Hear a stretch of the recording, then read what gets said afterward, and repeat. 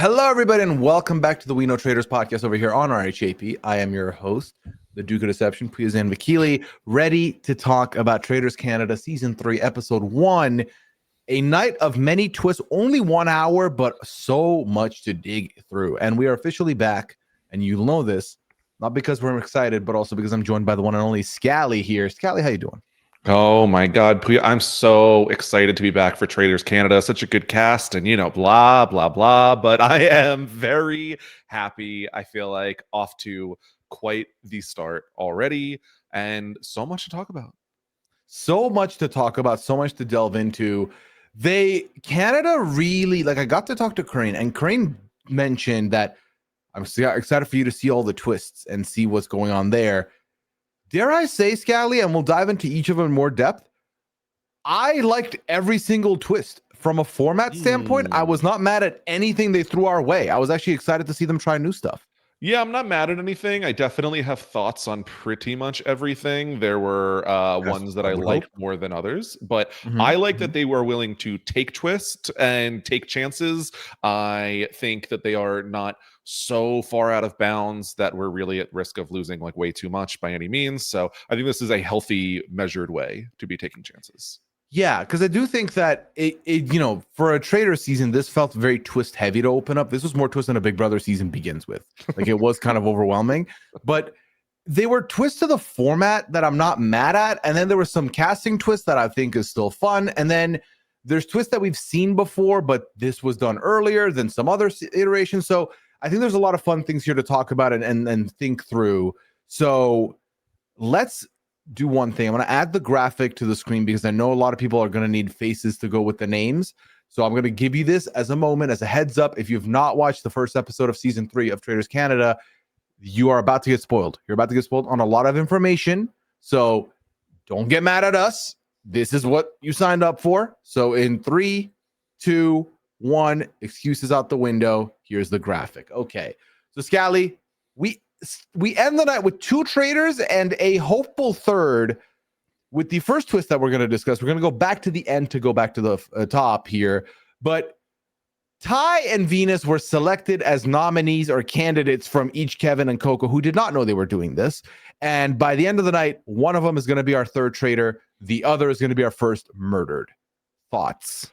It's interesting. I think I have the most mixed feelings on this twist, so I'm kind of glad that we're talking about it first because I'm excited to just, glaze the rest of the episode as we go. But I think that for this, I'm always nervous about picking a third traitor. I feel like the producers generally know, these are the people that we're most interested in having the most confessionals in, having a good success rate as a traitor. And so I'm like, I trust you more than I trust the contestants to do this. So I am nervous from that perspective. Those nerves don't last super long because both options here, good picks, someone I could totally see the producers picking for themselves, people that I might pick as traitors on this season. So not as concerned there, but in how it plays out, I'm a little worried.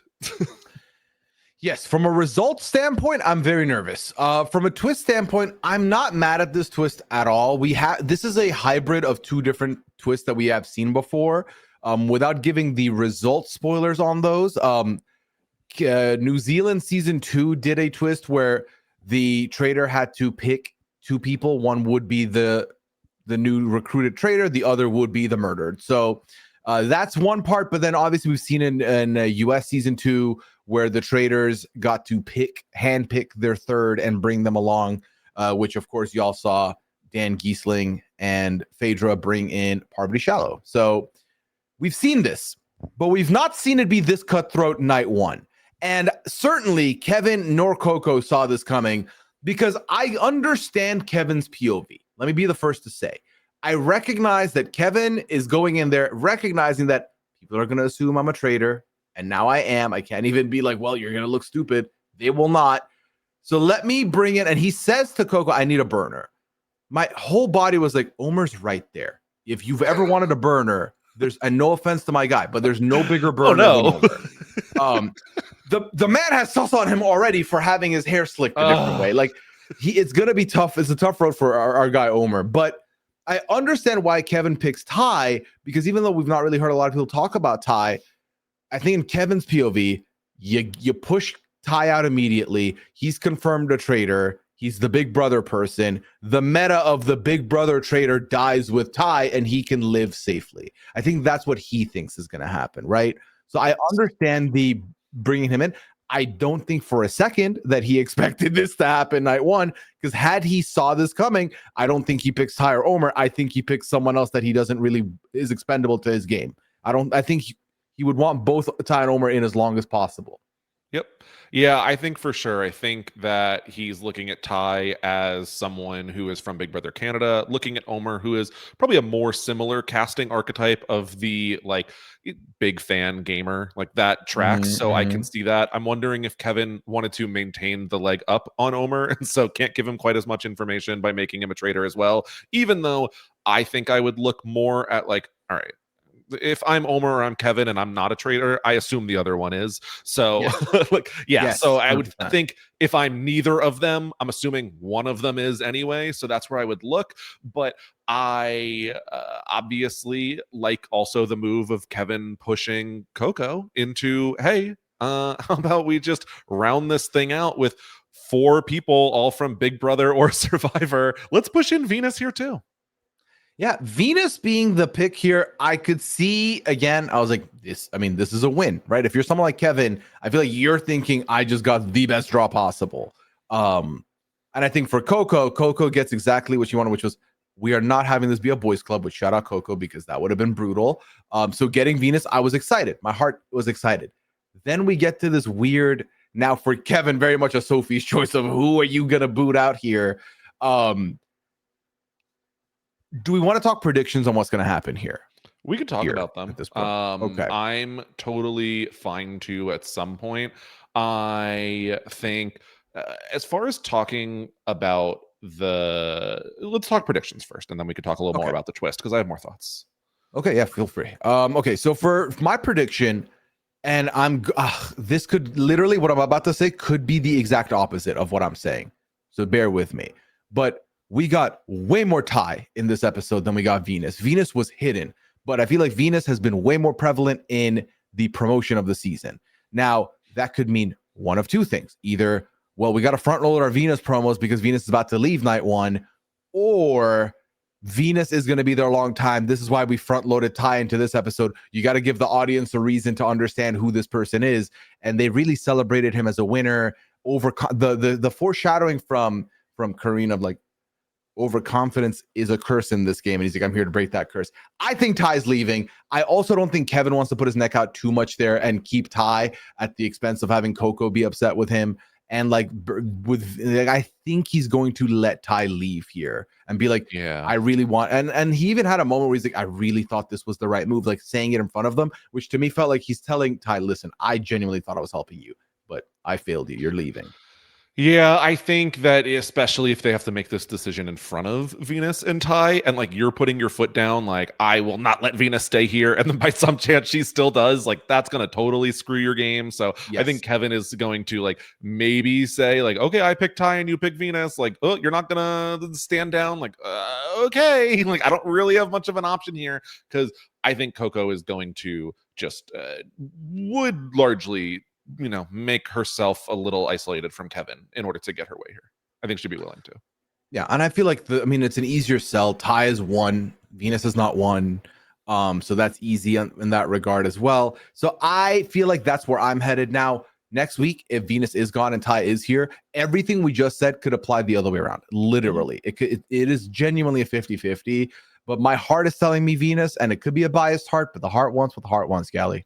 Yeah, and I think that this twist is going to ultimately lead to broken hearts most of the time, where I think that in giving them the impression, at least, or leaving them up to the impression that they're recruiting 2 people, they're going to either be bringing in people who would make good traitor candidates, bigger names than them because they think they can push it onto them, and or big characters who they think are going to draw a lot of attention. And so I think when you are guaranteeing the first murder of the season is probably either big name, big character, big strategic force, that's probably going to be pretty disappointing. So I saw this potentially coming when the note was a little open-ended and I started to get pretty nervous. And so just from a results oriented focus, I did not want to see Venus or Ty going first here. For me, the big red flag would have been 2 potential traitors. Yep. I feel like outside of we'd have to go as far back as, your lord, is it Australia 1? Have we really not had 4 since then? Someone's gonna fact check UK 2, right? Oh, UK 2. Yes, UK as well, and season 2. You're right. But that's still it's rare. It's a lot more rare than 3. So 4, I'd be like, what do we have going on here? A little too good to be true. But also, I do not think they should have even overread it like that, because what if it is just picking 2 traitors? You do not want to risk it by, again, picking somebody who has 0 sus on them. You don't want to pick somebody that you have no connection with. You want someone you can work with. You want someone you could maybe manipulate. And you want someone who you could kick out. And Ty fits that bill for Kevin. And I feel like for Coco, Venus is a bigger shield for her as well. Yeah, I did remember also once Boston Rob comes in on US 2, US 3. That's so recent. That is a little bit different, but it is true. There were 4 of them in the turret. So so it does pop up to 4. Now the thing is, that would have been the last season they've seen also. So you're right. That bias could have. You know what? I blame you. I blame you, US 3. You did this. You did this for them. I'm very willing to blame US 3. So what I would say though is, from a gameplay, non-television perspective, the Traitors often have a very big advantage early in the game and do get to make a lot of these decisions, as was floated in this episode. The Traitors have a pretty decent winning percentage on the franchise as a whole, but maybe Canada specifically. So I think that if you put them in this position where, you are actually getting rid of someone you were very interested in working with, it might help to level the playing field just a little bit. Yeah, it's a very interesting spot to be in. So you sounded like you were a lot more hesitant on this one than I was. What's your final verdict on it? I think still I would just rather the producers pick. I understand the exciting television of who could it be, and we can end that way, especially when a majority of early Traitors episodes are not going to have either an elimination or multiple. So I understand why they want to include a will they, won't they, what's going to happen, exciting thing throughout the episode. But I think personally, for the longevity of the season, I would prefer not to lose someone this way. I'm okay with them to have the producers make the picks. I like the twist of one stays and one must go. I may have liked it more when it wasn't night 1. Yeah. I just feel like, but I feel like this season clearly, to me, Scally, is all about emotional manipulation and psychological warfare on every player in the house, in the castle. So we'll dive into that by introducing more of the twists that we got throughout this episode. But from that regard, it's delivering, because this is like a nightmare scenario for Kevin. It's like, oh, you were able to convince Coco to bring 2 people that you're potentially working closely with. Cut one of them then. Do that. It's like you're being punished for successfully getting the heist. That's exactly. Yeah, no, it's exactly what I was gonna say though, is it also feels a little bit like the first murder always is gonna feel kind of crappy on the Traitors, to be honest. I'm always gonna feel bad for them, but especially when 2 people are brought in here because they were seen as valuable and then their game is cut short for potentially playing well. Yes. It's funny because we talk about a lot how the ideal dream is to be a faithful who gets recruited, because then you get to live both worlds. You get to play both sides. Granted, this is a night 1, so I would say barely counts that you got to be both, but it is, again, a punishment for being a candidate for the Traitors. But I still think that, to me, it is good drama. I think the sad reality is someone's going to die night 1 for whatever XYZ reason. We have had a high profile night 1 murder in season 1 with Erica leaving. We've had a murder, and who died first in season 2? I gotta look up the wiki on this one. Hold up. It was, God, I'm forgetting his name. The guy from Naked and Afraid, I believe. Yes. Chris? Yes, it was. Yes, you're right. Yeah. So the fact of the matter is, you're going to lose people in the beginning, whether they're a name entity or not. And I mean, so far 2 for 2 on named franchises for the show. So it's not even like this twist kind of ruined it. Like the production side, they're losing a big name. This could have happened regardless. So that's why I'm a lot more forgiving on it. And like for night one, it's good drama. However, I genuinely do not wish to be a biased coverer, but if Venus does leave, this twist does feel a little more sour to me than it does right now. And that's no disrespect to Ty, but at the end of the day, Ty has already won a show. Just like how I felt with Erica, I was like, it sucks, but you've also are coming in a winner, so leaving night one isn't that surprising given that you are a winner. You know what I mean? Yeah. Yep. No, exactly. I would be upset either way. Also get that, especially I feel like Venus is at the very top of your list on this cast, so I think that it can't be surprising. Venus was on my wish list for 50. Yeah, so. Not that she's far down mine whatsoever, but but either way, this was not my ideal first boot. So, and I'm not gonna lie, I really liked Venus in the faithful spot, so I was kind of almost upset that she got picked to be a traitor, and then I was like, oh, never mind, I need you to be a traitor because the alternative is you go home. So yeah, I mean, would love to see it. So we'll see how that plays out. Scally, I mentioned earlier that this season is all about emotional manipulation and psychological warfare. Can we talk about the way these two traitors were selected? Because please, this was Chef's Kiss Canada. You are number one for this one. Genuinely, when I say the biggest face drop I've had watching a Traitors episode in my covering career here. Genuinely. So good. And I guess for anyone who may not have watched the episode, the way that they play this is, as per usual, people are going to talk to Karine, pitch themselves to be a traitor. She goes around. We see her tap on the shoulder of Omer. We see her tap on the shoulder of Shanesi. We see her tap on the shoulder of Natalie. And it's like, all right, we have our traitors, only to then find out that, in fact, Karine mixed it up this time. The people who were tapped on the shoulders are the faithful. And there were bunch of other people we didn't get to see in the moment. And so mic drop, everyone in the room is floored. They just found out they are the opposite role they in fact thought they were as they took their blindfolds off.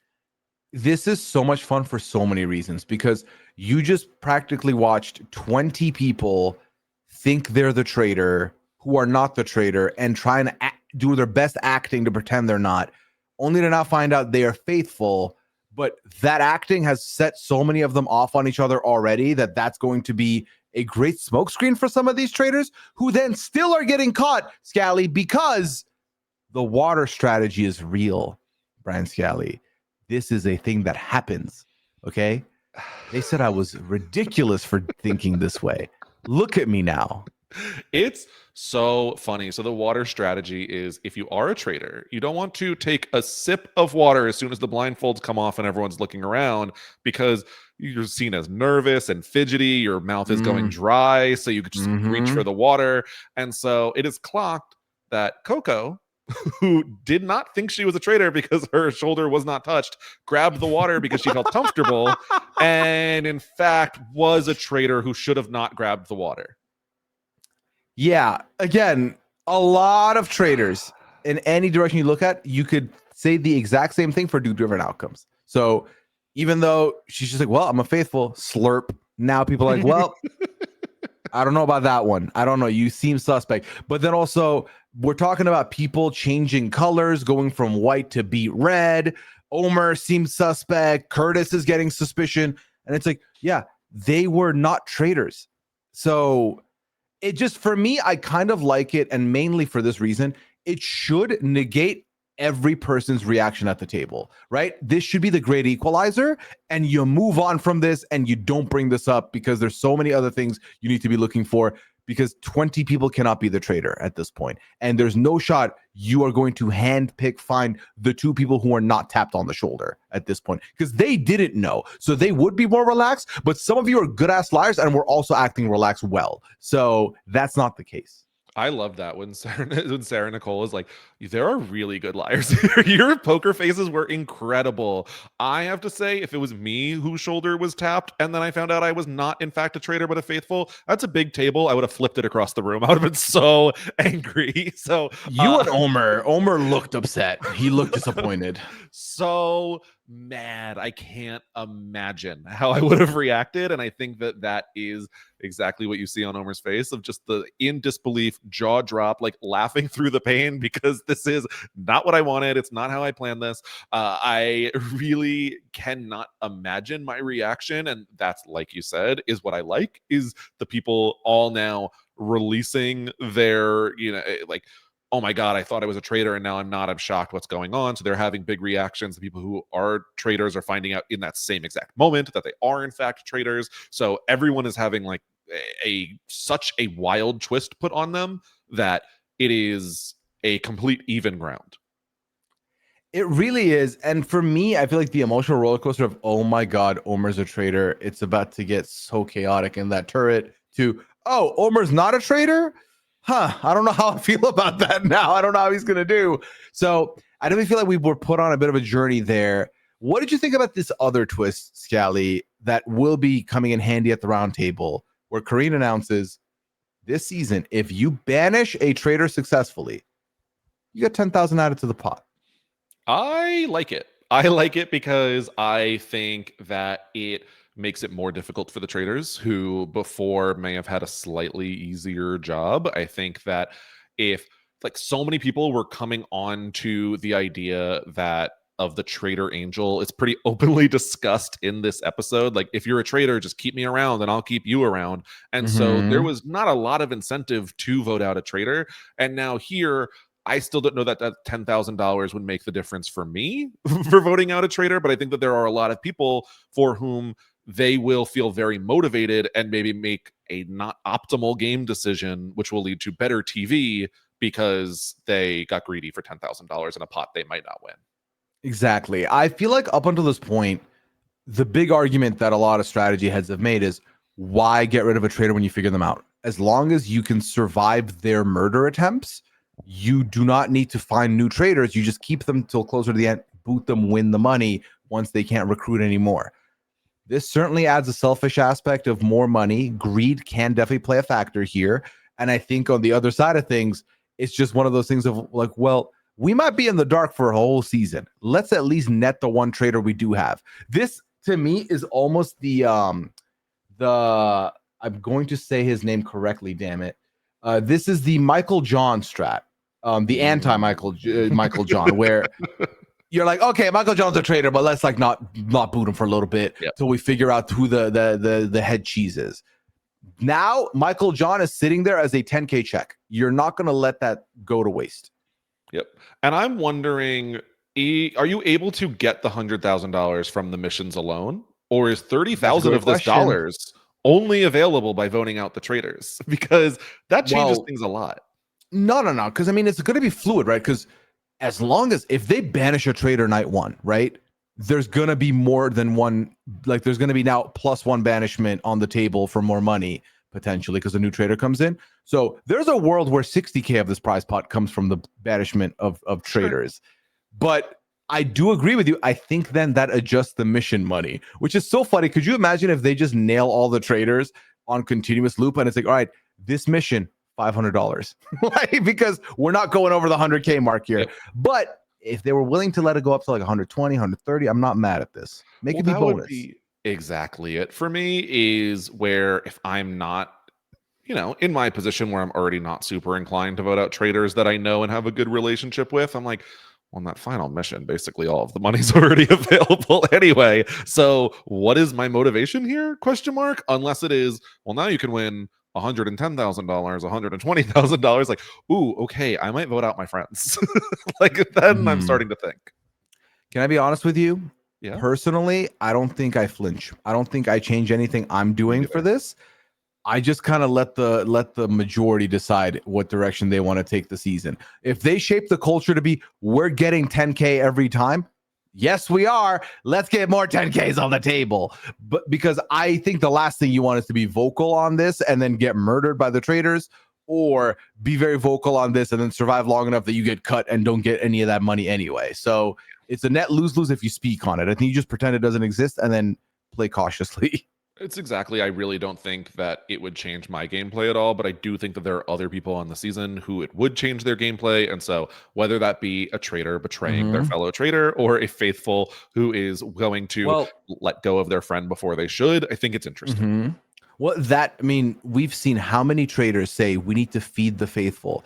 Now they're feeding their own pockets too. It's an extra. You're in the turret looking at 20K in front of you if you can get them out. So, and that's 20K not shareable if you are the only traitor left. So I think it adds a lot of intrigue, a lot of extra decisions, which I'm not mad at whatsoever. So these were like the big twists that came out of this. Do we want to talk about the mission real quick? Do you want to touch on the mission? Sure. Let's talk about this. Is a bit of a familiar mission-ish, right? Where you got to leave someone up there who's going to be vulnerable. But we had 4 teams. Now, I wrote down the genres for 3 of these teams, okay? They have to split into, so logical team, you have the logical team, the observation team, we had the maths team. Was the last one the puzzle team? Well, there was a physical team. They were the ones who had to pull the weights. Oh, the big balls out of the ocean. Yeah. Yes. And then I feel like they said that there was a social team. Don't know what they had to do. I don't know that one. Yeah. So there were 5 teams total. There were 5 total. I felt like, it's a very fast-paced show. We're still learning everyone. So it was a little difficult to catch every single thing. But overall, 5 teams split by skill set. And, we didn't have the power of pause and write down names. So to the best of our abilities, we have some semblance of a breakdown of who was on what team. I just want to say, I cannot wait to find out, because the first question I'm asking either Omer or Venus is, listen, my brown people, did you volunteer to be put in the math group, or was it just kind of like, listen, can you math? Because go ahead. Because I would be the worst at math. I might look like I might do math. I cannot do math to save my life, Scally. And that equation looked bogus. That was mean. I feel like I'm decent at math, and I would never volunteer to be up for murder unless it was otherwise solving this math question, because this looked literally impossible. I could have a calculator and might not figure this out. So I don't know what they were thinking. If and when Venus survives, I'm going to be so relieved, because genuinely, if her game or Omer's got cut short because of a math equation, I don't think I could have. I think this season would have been a tough one for me to swallow, at least for the next month. So this leads to a good question. Not a math question. No, not a math question. Good. But if someone gains immunity in this challenge, are they then excluded from being a possible traitor recruit because they can't be eliminated tonight? That is interesting. It depends on if they announce that to the faithful. Yeah. Right? Because if they don't announce it to the faithful, then no. Oh, I see what you mean. Because then how are you going to explain that this person got a shield and died? I'm a little confused. Maybe you're right, though. Maybe winning this exempted you from getting recruited. That's wild. That I'm wondering. I'm so. Huh? Huh? Well, I'm trying to look at who amongst the safe. Do you have the full name of the safe people? No, I do not, unfortunately. Okay. So I have a bunch of them.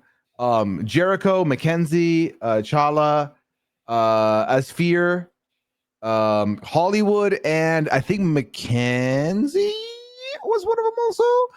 Because the boys did go back into the water and blow their chances, but I know I'm missing 1 or 2 in there. I will say, if that is the case, that's the stipulation. They kind of got lucky, because I do think for the most part, this was a very faithful heavy list that they were able to just avoid.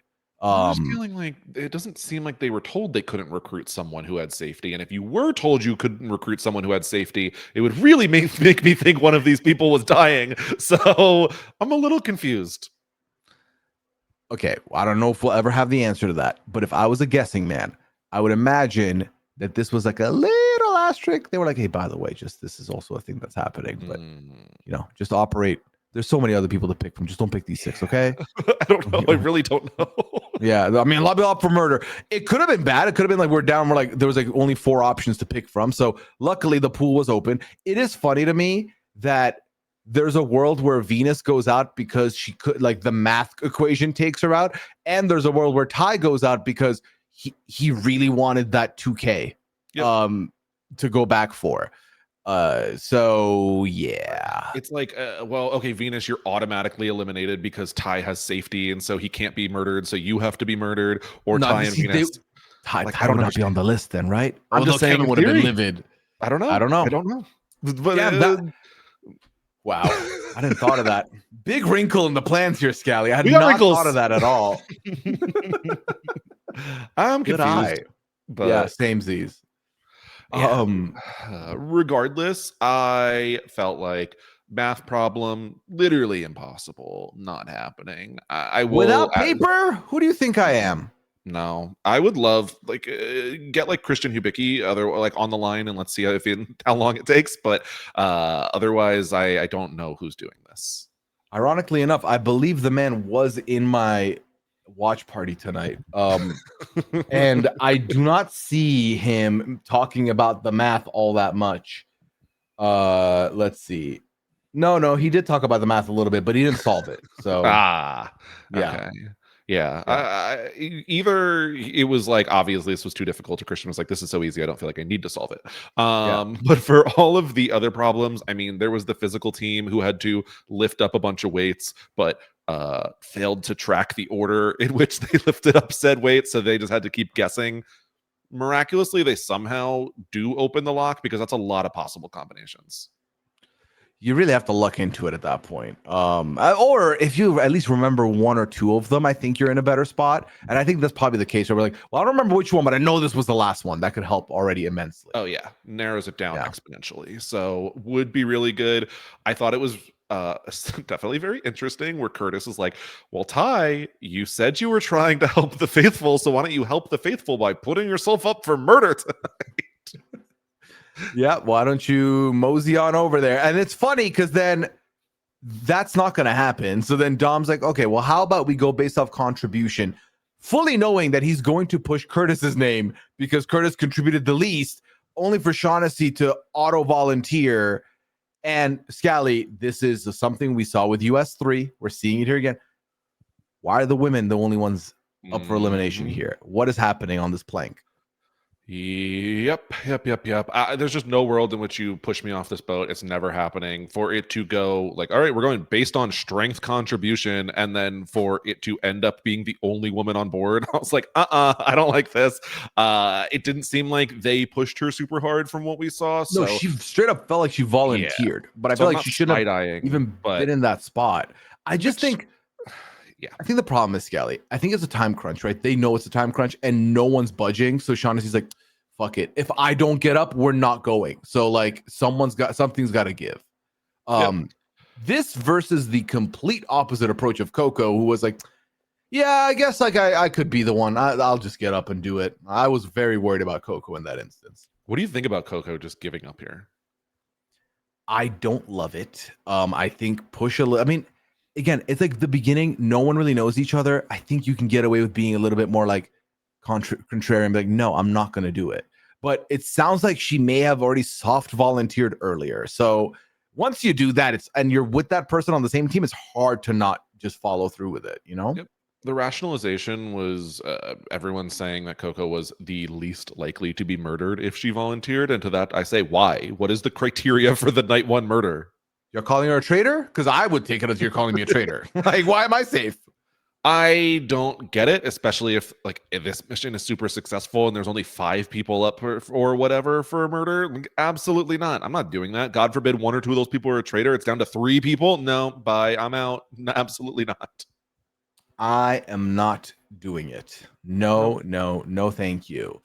What do you think of Coco, period? Just generally, because I believe this is my first time meeting Coco. I don't know if it's yours. My first time meeting Coco, especially, I believe, in such an extended circumstance, whether I have come across her on TikTok or anything, but she has been super fun. I enjoy her attitude towards the game. I think I'm going to enjoy her confessionals. I think that, as she says, she really wants to win as a traitor. She wants to have fun as a traitor, and I want to have fun watching her as a traitor, so I'm excited from that perspective.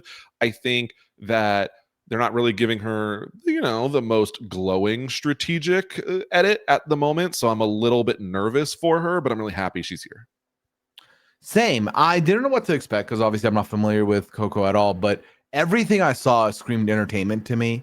The comedy writes itself, the energy, like no, like you can't fake that. So I was very excited, and I think the pairing of Coco and Kevin is fun. I was about to say was fun because I'm a little worried that this early like distrust or lack of cohesion in the picks could lead to some dissension here, because I do think this could be a dastardly duo who would do a lot of damage. So that being said, Coco's going to be very entertaining all season long, and I'm here for it. I agree. Okay, well, okay, so that's about it for the mission. I don't think there's much else to speak on there. I mean, outside the fact that the physical team also forgets their gold at the dock, leaving it all just completely useless. But yeah. Shaughnessy volunteers. These three drag their bodies through with the boat over the shore, only to realize they left the gold back there. And then instead of just locking in security, they opted to go back in the water and did not make it back in time. So they're in jeopardy also. Yep. So that is what leaves basically everyone on the table for murder, a very large percentage of this cast. So, it's not as if they all of a sudden became 3 of 6 people eligible, but still a big mistake when they could have very easily had safety. Very, very easily. Especially if Ty ends up going home and it was just the forgetting the gold. That's all it could have come down to. It really could have been. Again, $2,000. We're talking about some people ignoring a 10K bonus. You went back for $2,000 day one. Yep. Let the $2,000 burn. Get the safety. Be like, well, y'all, we really messed up on that. But I think people would look at them and it would be suspicious for sure. But I think alternatively, I'm sorry. I know that there's a lot of ways to play the game. I think if I, as a faithful, can guarantee night 1 safety, I will take it. I will deal with the consequences later. Because the last thing I want, and it could be a 1 in 10 chance, 1 in 12, I don't want to die night 1. I think there's nothing more unceremonious than not even being able to live a round table. I think that would be the worst way to go. I think the only way I'm getting back in that boat is if they're like it only counts as completing it if you have the gold. Well, okay, then I'll paddle back out. But otherwise, like, damn it, guys! Like, I can't get back out there. We goofed it. Yeah. Or if it's okay, you still have 20 minutes, and it's like, okay, we can do that in 20 minutes. Easy done. Yeah. Okay. No way. So then, Scally, let's talk about this cast some more. We've already touched on some of these people. I am very unfamiliar with a lot of this cast. Some people I'm familiar with a little bit through TikTok, through other shows, but for the most part, outside of our 4 people, 2 from Survivor US, 2 from Big Brother Canada, I am in the dark on majority of this cast. Okay, I have a little bit of experience having watched Dom on Perfect Match and on The Mole. Dom is a very interesting character. I feel like he's very likable. I believe that he was a lot of, I remember my mom and our friend's mom's fan favorite. Like, people love Dom. He was on Perfect Match, goes in there. He is a lover boy. He's a little bit of an emotional lover boy at times, but I'm very interested to see Dom where he comes from a strategic game and was fairly strategic minded, but also sometimes, his feelings sometimes.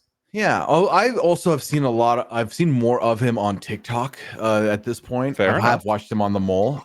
But I will say I did like his strat of DFFL. The L being low key, one of the F's being flirty. I think one of the F's being fun. What was the D? Oh, I think you know what the D is. No, that was not the D. It was not censored. It was a word that was on television. No, this DFFL is not dick, fun, flirty, low key. That is not what it is. We'll see how the season plays out. Oh my God, relax. It's night 1. Oh, dumb. He's gonna play dumb. That's what it is. Okay.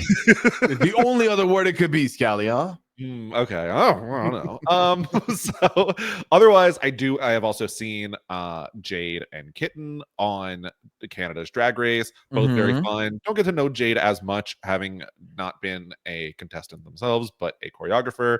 Kitten, comedy queen. I completely see why she's here. I think she's going to have fun confessionals. She's going to be willing to be silly. And so I get it. I'm excited for Kitten.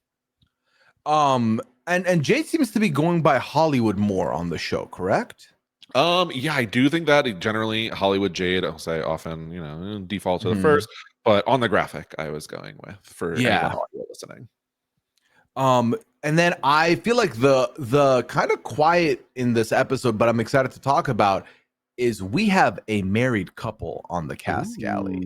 Inshallah and Meredith, who fully know that the other's going to be there from jump. We get this disclosure that they both know that. And they're both going to play the game as faithfuls. Now, we've seen this iteration play out in exactly one other season, Scally. And by iteration, I mean where the connection between the two is of a romantic nature, and both on the same team, both faithful. Yes. That went a lot more differently than the way I think this one's going to go, because Chala was very much like, I want to be a faithful, and they got what they wanted. They got to be a faithful. Meredith, however, and correct me if I'm wrong, Meredith is the person who voiced the water strat. Meredith is a big fan. Meredith has said that she's a very confident liar. She has no problem with it. She's amazing at it. So she's really been down. She's, in fact, leading off this season by talking about her husband at home and his career. But for me, I'm loving secret lesbians. I think it's disappointing that feels the need to, like, if I was open about being a lesbian, they would automatically figure this out because, the world. But regardless, very excited for them both. The fact that they have been a couple for 11 years, I am so excited to see this dynamic in the house. Same. I feel like it's going to be a very fun thing to watch play out. I think Meredith is very cutthroat just based off one episode, and I cannot wait to see how that's going to play in to her story here, her journey on the show. I feel like there's quite a few people who we didn't hear enough from, but I have to imagine we're going to hear a lot from. I think Sarah Nicole is someone I've heard a lot of people be excited about this season, someone who is big on the YouTube space and influencer space. Looks super familiar to me. I feel like I've definitely come across Sarah Nicole online quite a bit. I just don't remember if I like in what context exactly. Yeah, I think who is someone who you think is going to be a star that we have just met? I feel like I love a jumpy queen. I feel like Lisette was very fun in the short little moments that we got of her. Immediately accused of being a traitor because she didn't have a big reaction and otherwise has these large reactions all the time, whether it's, in being touched. So I think she could be fun. And someone I think that is going to take this very seriously and I think is also going to be very fun as a traitor hunter is Jamal. Yes, Jamal already having eyes for Curtis as a potential suspect. I feel like we have to also acknowledge that Asfer, who goes by Asferocious, who is ready to, I think Asferocious is going to be a menace at the round table. I can't wait for that. I think that Shaughnessy is going to be someone to watch out for. I'm very excited for her because when shout out Corinne, she really gave these people her a piece of her mind throughout this episode. When Corinne was like, listen, we've had newfies come on the show and they're really nice and they're not going to do anything wrong and they're going to go out. Shaughnessy was like, that's exactly what I want them to think. Let me lure them in. And I believe her. I think she's going to be a lot more cutthroat than we've seen maybe of Newfoundland presentation here. I won't lie. Obviously, I was excited when I thought Omer was a traitor, but even when we had Shaughnessy and Natalie, I was like, I'm sold. I really like these two, and I'm really excited to see what they can do as traitors. I feel like inspired picks going with two newbies, and nope, they're edited out of most of the rest of the episode. So I'm sad. I want to see more of them. Yeah, it was unlucky. I also co-signed Lizette. I think Lizette's going to be a lot of fun, a lot of good energy, good confessionals, also just off the little bit we saw. So I think she's going to be a great find also for this franchise. I'm not very familiar with Kara from the Real Housewives franchise of Toronto. So that's someone who we're just going to meet. I have heard she was the one to bring on from the Housewives franchise of Toronto. So, oh my God. So I am in my Real Housewives journey at the moment. I have not made it to Toronto, but hearing that, I'm so sorry, but hearing that she is the one, if you are the one of your Housewives franchise, Oh, I'm excited Mhm. based on Same. the ones I know from other franchises. Yeah. I also think there's a couple of people in here who, first of all, and I have to preface this every season, because we're going to talk about a lot of this cast. Some of them may be listening. So if you are, first of all, thank you so much for giving us your time. I really do appreciate it. But second of all, we do not mean any malice by anything we say, because I'm about to say, was Thompson on the show? I feel so bad. I feel so. Yep. He's the first quote unquote like civilian player on the name sheet that we are looking on. So I was like, all right, and Thompson. Okay, where's Thompson? Where's Thompson? Where's Thompson? Where's Thompson? So hopefully that means good for his longevity in the game. They have lots of time to introduce him to us. Unfortunately, I don't think this episode was his starring role. No, definitely not. He kind of went by the wayside. I feel like Jericho got a little confessional action, but not a lot to stand out there. And then Rhea was one of our people who also sacrificed on for the mission, who we didn't hear as much from. Yeah, not a whole lot. Was it Rhea in the car ride, though, who was talking about how, in fact, the not stepping up to be eligible for murder is the new stepping up and feeling comfortable? Where, oh, those people, they just wanted to appear not to be traitors because they are traitors. And so those are the suspects now. I'm not 100% sure if I recall, but It was Rhea, yeah. okay, good. Listen, I believe. I've been told that this is a cutthroat group based on the conversation with Corinne. So I feel like we're already seeing little snippets of that, and I'm very here for it. Now, Scally, you and I are a lot more familiar with some of these players, specifically with a player who is not really going to end up being a traitor here. Thought he was for a little bit. How do you think Omer's doing with this faithful role? I think it's tough. First of all, when I thought that Omer was going to be the only Big Brother Survivor player to not be included of 5 in the Traitors, I wouldn't have blamed him for walking off set. I would have lost my mind. Wow, just insult one after the other, thinking you are a traitor, then everyone else but you is chosen. So that. But I think for Omer, for Kevin, for many other people, their names are coming up early, and that's due to the successes of the people that came before them from their franchises. Yup. And also just from their legacy that they left on their previous shows. Omer is known as an extremely strategic player, the star of his Survivor season. So it's not surprising that his name would be coming up like at all here. I think that a lot of those people have not gotten to see him in a much more silly, relaxed environment. And so they don't know all of the sides to Omer and think of him as just this super, active gamer that is going to be just tearing through the Traitors castle. And hopefully once they get to know him a little bit more, they see the many sides to Omer that we have gotten to see. As of right now, still a little worried, but I don't know that he could be doing much better either. It's going to always be a tough spot to come in from. It helps that his opening line is, if they don't know him, is that, yeah, I was on Survivor. I got duped by my best friend who went on to win $1 million. I think that's a great opening line to be like, yep, you can be naive or you can be wrong.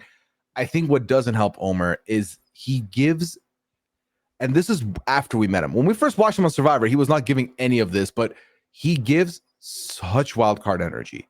And I can be in a conversation with him in real life, and I'm like, I genuinely don't know if you're being sincere or not. I have no idea. I have no read on you. And I think that could be bad, but I think at the same time, I have a feeling he's going to be okay. I think there's a lot of people looking at him right now, speaking on him right now. I think after 2 conversations, they're going to realize that's just how Omer is. That's got nothing to do with him being a suspect. That's just his vibe. Yeah, I'm very curious to see, because I think that there are players like Omer where they go on their show and they are presented as one personality, and then you meet them and it's like, why did we not see all of these sides? And so did they hide it for their duration on the show from everyone? And that is just how they are in a more competitive environment. Or are they always the silly person and it works for their personality and that's fine? So I am curious to see, is Omer here trying to win, hiding that side of his personality? Is Omer here to have fun and just leading with that side regardless? Whatever happens, happens, because, I've seen Omer have fun. He has a fun time, but, mixed success sometimes. Whereas I could see also just some in between where this is just him on any game he plays. It we just didn't get to see that previously, and it can Yeah. lead to success. I mean, I think if you are, I feel like if you're the traitor, you're probably going to be a little more relaxed, but a little more like precious about like your moments, your moves, because you have to try and like take this coast to coast. I think when you're faithful, there's a little bit of a part of you that's like, okay, you're banking on maybe getting recruited, because getting to the end does require a lot more luck and a lot more like just survival. So I think that could take the edge off if you are the right player to be like, I just need to make this moment, this time memorable. I need to do as much as I can to both have fun, be entertaining, and then if I stay, I stay. If I don't stay, I don't stay. I could see Omer activating now in that way. Just that last confessional we saw of him being like, "What? So one strand of hair was off, and now you're all looking at me? What kind of sense does that make?" If this man's name gets mentioned in the first roundtable, Scally, he's not going to go quietly. He's going to be very loud. I'm so curious because we didn't really see a lot of people throwing Omer's name out. Granted, it's a very limited, episode runtime for episode 1. There's a lot to get to, but really all we see is Ty coming to Omer and saying, "Everyone's saying your name." So in theory, Ty could just be, like, okay, I need someone who's going to be like a big distraction. If I stir up Omer, rile him up here by saying this, I could, tell Omer, "Everyone's saying your name, but don't worry, I got you." Like, I will protect you. I'm going around and telling everyone absolutely not, in order just to garner trust. So there is a world in which not everyone is saying Omer's name, because we have not seen the evidence. I'm going to need an episode 2 to really feel out exactly what position I think he's in yet. Yes. So we'll see. We'll continue following his story because he is guaranteed to be there for the next episode. So there's that. Okay. So is there anybody else that you want to speak on a little bit more depth from the cast? No, I'm just really excited to get to know everyone. I feel like this, like all the Traitors Canada seasons before, it seems like a very strong cast. It just takes a little bit to maybe get to know everyone. So I'm hoping everyone gets their due and we get to meet them. So I'm very excited. I'm very pumped. I think that we have a very good format on our hands for this season. This cast looks hungry based on what we've heard. They sound hungry just in these confessionals, and I'm excited to get unleashed. I'm excited to see the first round table. I'm excited for our first bit of blood in the water to see how everyone reacts to it.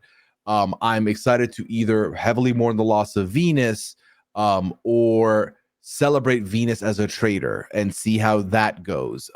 Because there's so many paths that are about to take form by episode 2. So this was a fun appetizer, but I'm ready for the main course now. Yeah, I definitely agree. I think that is pretty much every Traitors season, first episode. I think that occasionally you'll see they package the first 2 as the premiere, even if it is just like, 2 different nights this week, we're going to put Traitors on. But I like the Traitors Canada week-to-week format. I love talking about it. I love theorizing about it. I love worrying all week about who's going to go home.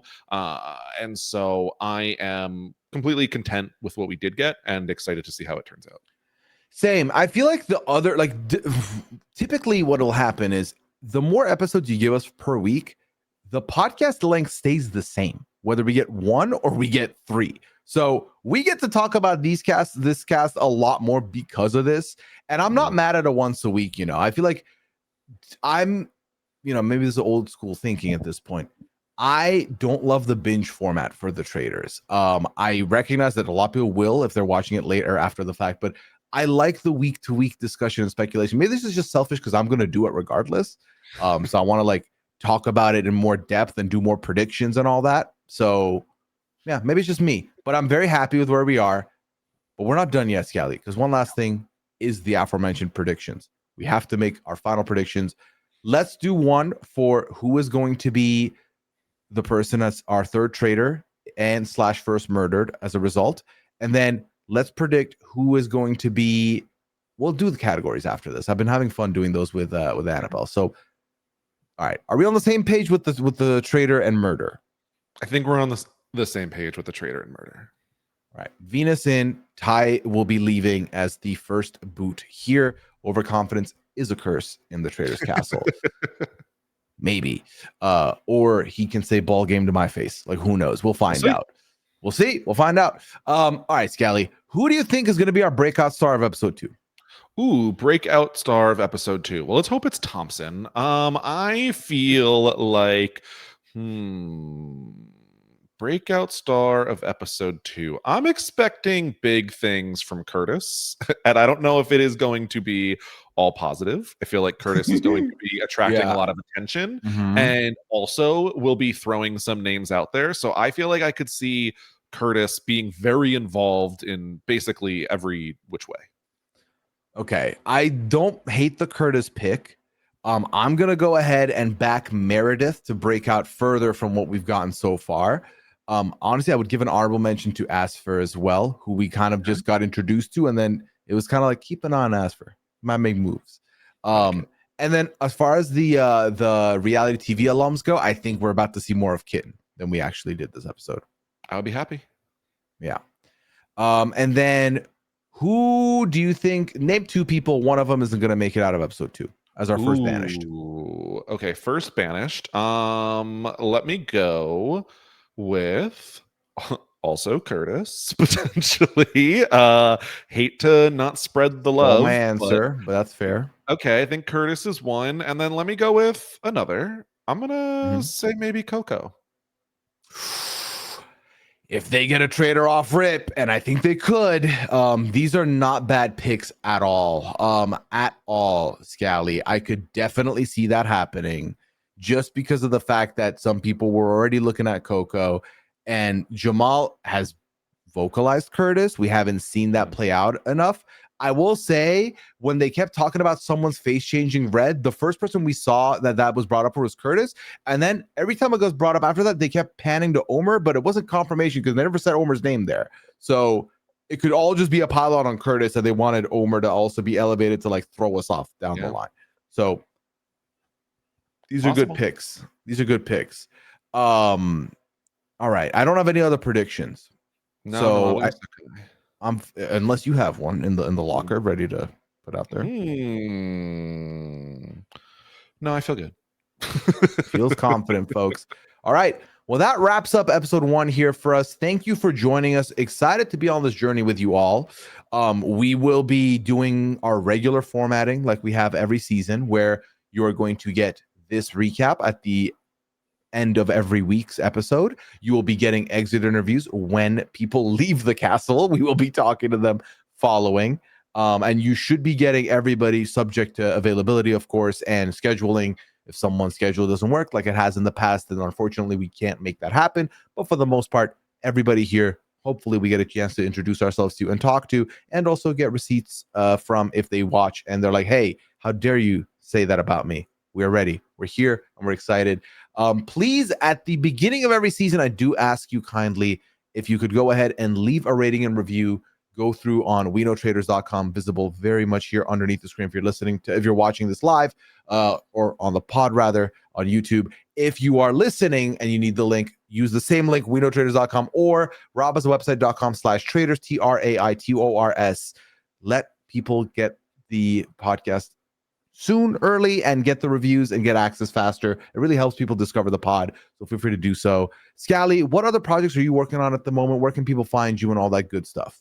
Oh, people can find me reading the 5-star reviews of the Traitors, because I do filter by 5 stars. So make sure. I am also over on the Free Agents podcast with Matt Ligori, talking about this season of the challenge, which has been the best in, God, I don't know, 5 years. It's been really, really good. Plus, maybe I'm so happy with it. So over on the Free Agents podcast, also talking about The Amazing Race, a cast full of Big Brother teams, has been very fun as well. So check me out over on the Free Agents podcast. Hell yeah. Y'all can find me on all socials at Pooyaism, twitch.tv/Pooya. That's where I am when I'm not podcasting. Right now, I am talking about another Traitors franchise, Celebrity Traitors UK Season 2. So say Season 1. And let me tell you, that season and Canada could compete. We don't know yet. It's just episode 1.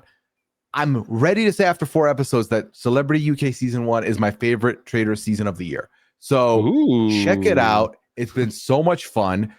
These celebrities are playing the game, and we're not that far in, so you can catch up. 4 episodes. Myself and Annabelle have talked about all 4. It comes in 2 episodes a week a cycle, so you can find that.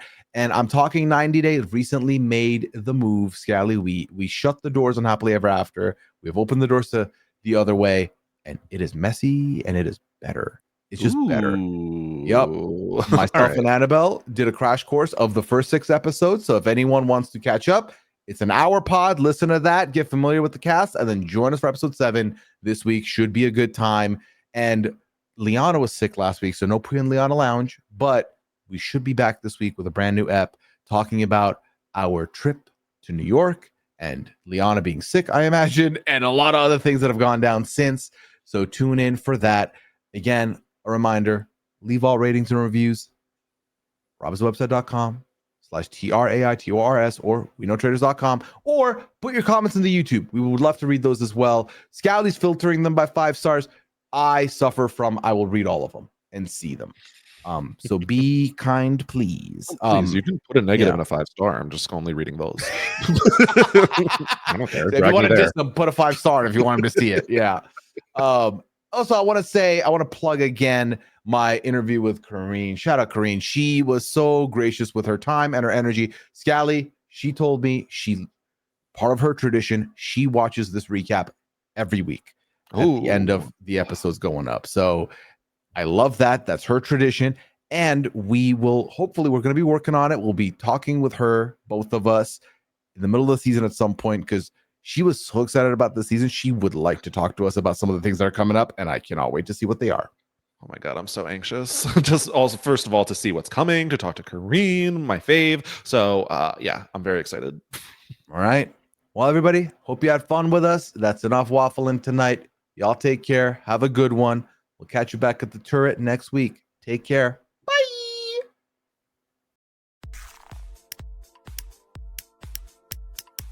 This is RHAP. We know reality TV.